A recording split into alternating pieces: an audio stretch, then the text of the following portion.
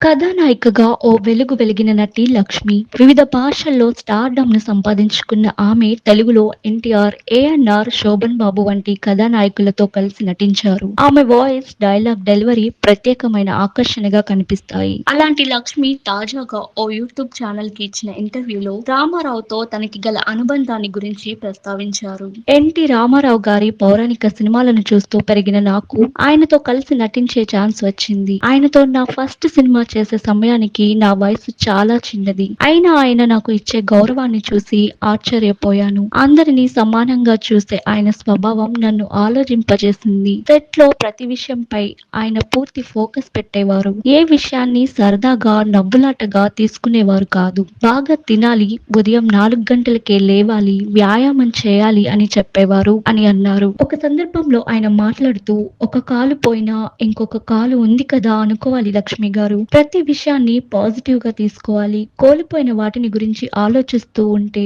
అక్కడే కుప్పకూలిపోతాం. కాలం మన చేతిలో ఉంది. అది మన చేతిలో ఉన్నంత వరకు మనం ఏమీ కోల్పోనట్టే" అన్నారు. ఆ ఒక్క మాట నన్ను ఇంతవరకు నడిపించింది అని చెప్పడానికి నేను గర్వపడుతున్నాను. రామారావు గారితో నటించడమే నేను చేసుకున్న అదృష్టం